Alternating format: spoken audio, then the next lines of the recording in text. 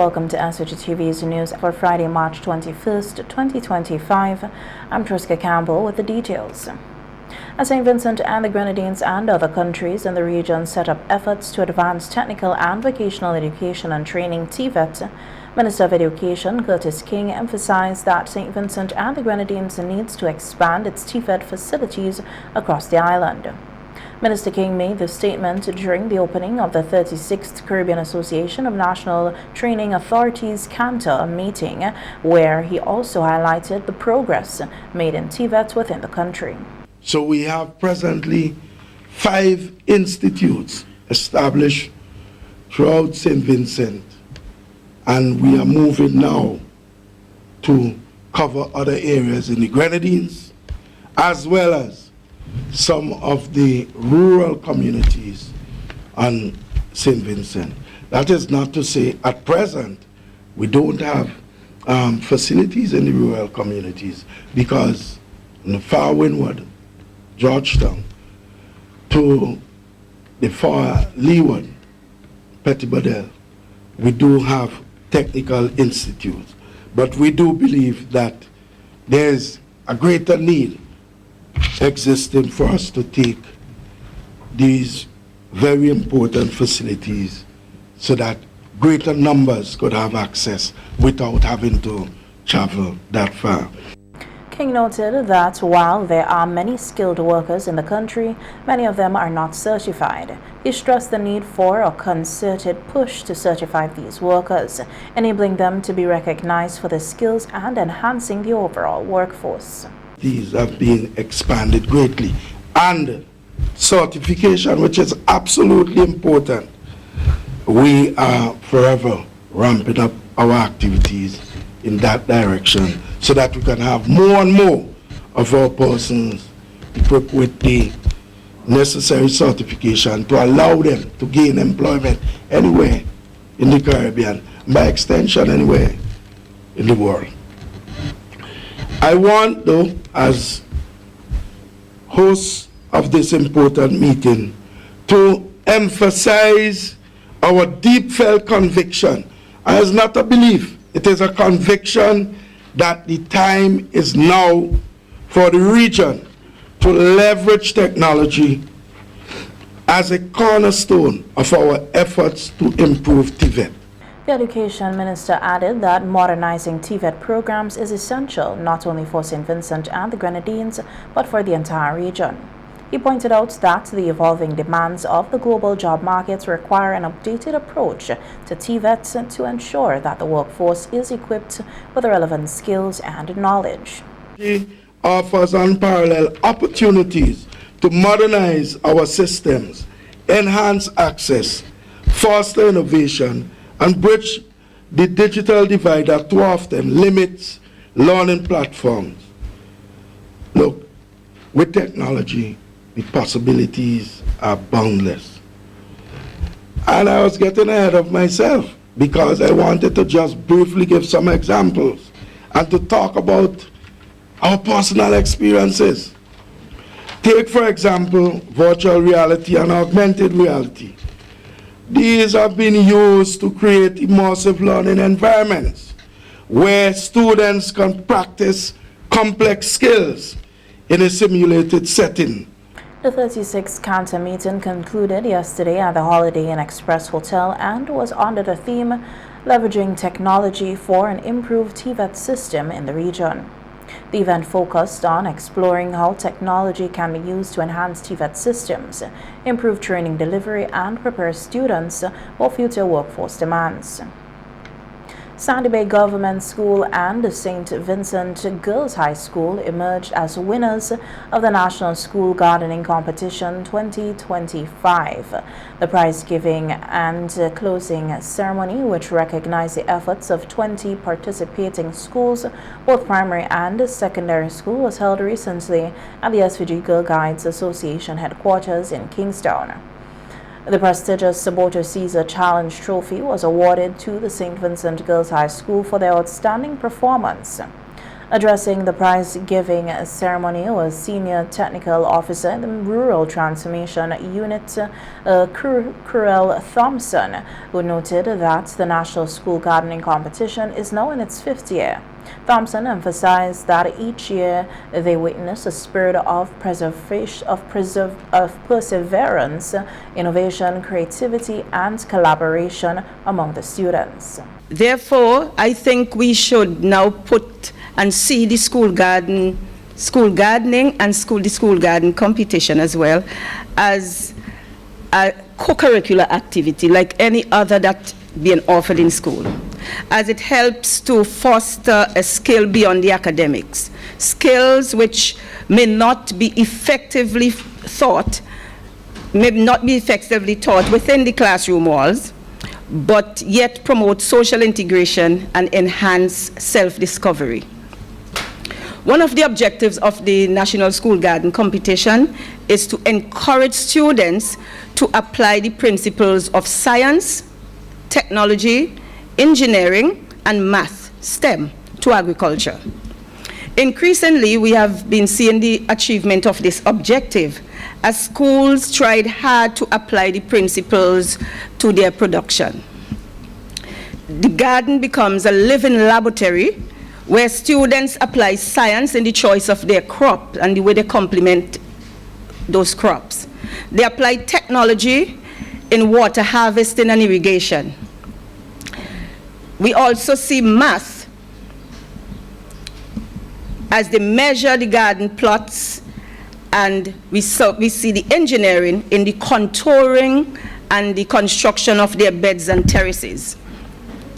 Each garden, as we visit them during the monitoring phase and in the judging phase, attests to the dedication of the students and the teachers and the support of the Ministry of Agriculture and the wider community. Thompson highlighted that the 2024 competition saw entries from 10 primary schools and 10 secondary schools with over 1,000 students actively involved in the day-to-day activities of their respective gardens, making it the year with the most entries at the secondary level. We had 10 primary schools and 6 secondary schools entering under the crop-only category, while we had 4 secondary schools entering in the mixed category, that is animals and crops. We didn't have any entry this year in this livestock-only category. Certainly, schools' participation in the competition is growing, and I want to commend the dedication of the teachers and principals for their commitment to foster the love for agriculture and to expose the children or the students to the field, even though in some of the schools, agriculture is not taught as part of the formal curriculum. As usual, the schools receive assistance from the Ministry of Agriculture, either with land clearing, construction of beds and terraces, seedlings, seeds, and tools, and with technical advice, either from Mr. Rodwell Charles or from Mrs. Andrea Lutchman. The Rural Transformation believes that it is important to build capacity at the school level because the competition is more than the awards and accolades. It is about encouraging collaboration among the students, teachers and their families, and the wider community. It's about encouraging youth and students' involvement in agriculture, getting students to consume what they grow. The gardens were judged in 5 categories: use of technology, sustainability, management of livestock, management of crops, and for the first time this year, record beekeeping. Because we see this as a critical part of production that is too often overlooked. We see people planting, but they cannot track their chemical input and their output. We cannot, so we thought that it was important that we start with the students to keep their record. Points were also awarded for students' participation and knowledge of their gardens. In the future, we may be able to add this as a category to be awarded. The students were also encouraged to advertise their gardens using the technology, TikTok. We received a few videos, but there were some challenges at some schools, and we didn't have the response we anticipated. I guess by next year, when it is added as a category, that we would have some very innovative TikTok videos or any videos that you choose to do. The judges, Miss Abigail Laborde, Miss Raquel Oliver, and Mr. Emmanuel McCaskey worked, I think, very hard, and they were always very enthusiastic. They arrived very early in the morning, 7:30, ready to go. And so too were Mrs. Nesta Stoddard Henry. You hear her voice every time she calls, and Mrs. Andrea Lachman, the extension officer that's responsible for monitoring. So those two were part of the monitoring team. We also had Mr. Rodwell Charles visiting the school, making sure you got seedlings, making sure you had seeds. And I think he did that for all of the schools, one man. So we want to commend all of them. Commending the participating schools for their efforts with their gardening projects, the new permanent secretary in the Ministry of Agriculture, Cuthbert Knights, expressed his appreciation for the hard work and dedication shown by the students and coordinators. For 20 out of almost 100 schools, you have done well. You understand what you're doing, and you have a reason for doing it. You are champions for this program, this competition. And I want you to give yourself a round of applause for doing an excellent job. And you are so young, but look at what you're doing. 20 of you have led this program. I want to encourage you, and I've thrown out a challenge for you. For every school additionally you can bring on, you will receive a just reward for that. Now, I said to you that this competition commenced in 2018, and it's fairly young. As far as I understand, the schools participated basically in 3 categories, which were said before. Livestock only. We had no participant in that livestock only category. We will have to understand why, and we'll have to correct this. There's a crops only section, and there were 16 schools, a combination of primary and secondary. And for the mixture of the livestock and the crops, there were 4 secondary schools. Note I said the livestock only, but there were some schools with livestock and crops. But we need to understand why. PS Knights also challenged the coordinators and students to expand the backyard gardening program, urging them to take the initiative further and cultivate a greater interest in sustainable practices using their creativity. I wish to add another segment to this competition. I'm saying this now, but of course I'll be guided by Mrs. Fergus. What about the rearing of fishes? There are people who do that. What about the rearing of birds? Some people love this, whether as pets or whatever it is. You know, it is encouraging creativity. And it may not always be food production, but you know what? The Ministry of Forestry, Agriculture, etc., we are also involved in ensuring that our birds, our fishes, are also looked after properly. And some people produce these things as a means of a livelihood. Now, this is creativity. This is innovation. This is the use of technology.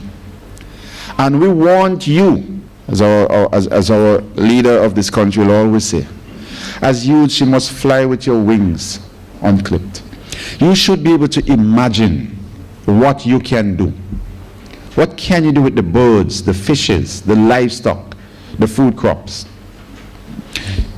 You know another element I would love to see added to this competition? What about the home ec centers? Maybe there's something there already. There's already a collaboration with the Ministry of Agriculture. How well will it see that boys and girls, you're able to go into a home ec center where we are actually videotaping you, showing the world, showing your colleagues. You're bringing your yams, whatever, and you're actually creating a dish. And we have people to go, taste, smell, see, and you get a prize for the most and best prepared dish. Isn't that so? Now, this is about creativity. Months after the announcement of support for vulnerable people affected by Hurricane Beryl, many individuals have expressed complaints that they have yet to receive any assistance. During a radio interview on Wednesday, Prime Minister Dr. Afghan Salz was asked for an update on the situation. He stated that the Ministry of National Mobilization is responsible for handling the matter and that any queries should be directed to that ministry. However, he assured the public that he would be updated on the process of payments during the next cabinet's meeting. Yes, I mean, well, if somebody who, for one reason or the other, who has a card, who hasn't got anything, I don't know what particular issue has arisen there. If it's a farming one, farming fisherman, check the PS at the ministry. It's the Beryl. The Beryl one. They can check mobilization and to link between them and finance to provide the payments to those who had not been paid. Okay. All right. A couple other persons asking this. And I've asked them to come to me at 11:30 today at cabinet. Okay. So I'm hopeful that you'll have an announcement. I think there was an announcement made in respect of agriculture. Agriculture. Yeah.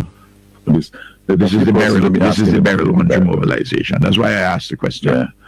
Last week, fishers and farmers received their support following delays.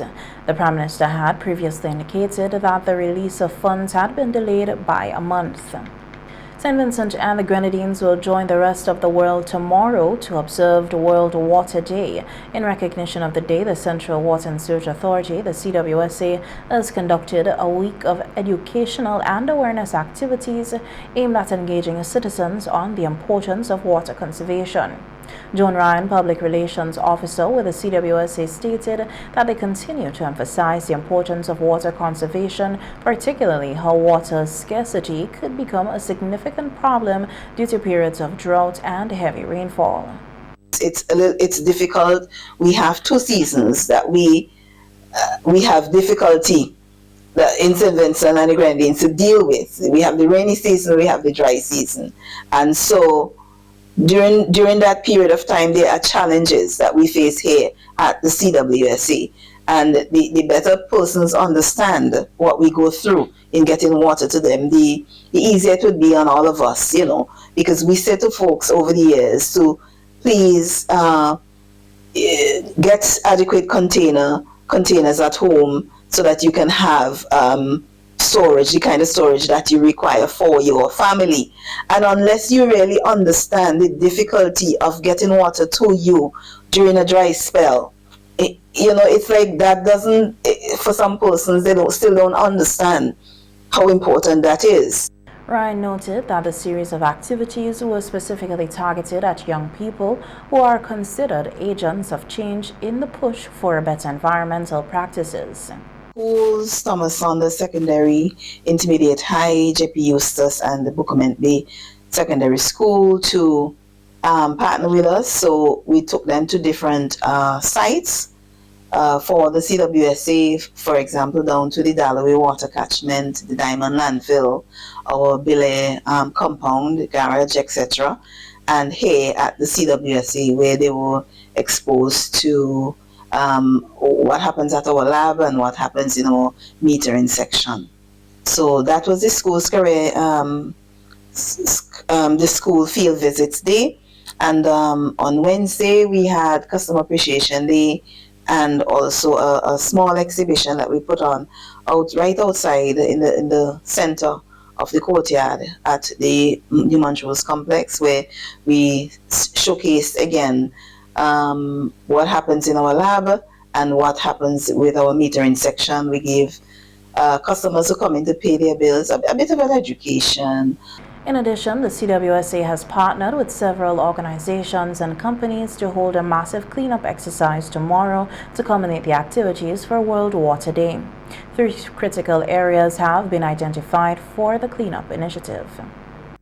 We are hosting a cleanup activity on Saturday at Lomans Bay, at the bus stop at Annesville, opposite the Massey supermarket area there, and also on the Argyle Old Road stretch. The general public is invited to join us in these cleanup efforts. Just come on out and to those areas. There would be a group at some point doing something. Just come out and join us, and let us try to ensure that St. Vincent and Grenadines is clean and green. Globally, the theme for World Water Day this year is glacier preservation, highlighting the critical role glaciers play in maintaining global freshwater supplies and the urgent need for conservation efforts due to the impact of climate change. World Down Syndrome Day is being celebrated today globally under the theme Improving Our Support Systems. This annual event aims to raise awareness about Down syndrome, promotes inclusivity, and celebrates the abilities and contributions of individuals with Down syndrome. In a message to mark the occasion, Minister of National Mobilization, Social Development and Postal Services, Kesal Peters, emphasized that Down syndrome is not a tragedy or something to be feared. She highlighted that it is part of the beautiful diversity of the human experience and enriches our society with unique perspective and talents. In St. Vincent and the Grenadines, we do not define individuals with Down syndrome by their diagnosis. We celebrate their talents, their courage, their unique qualities, and the positive impact they make. Today, we also acknowledge the dedication of their families, who provide the love, care, and support that allow their loved ones to flourish.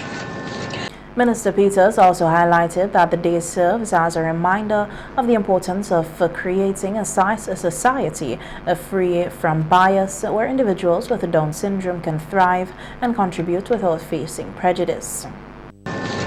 This year's theme, Improving Our Support Systems, reminds us that we must continually strengthen the structures that support the rights, well-being, and future of individuals with Down syndrome.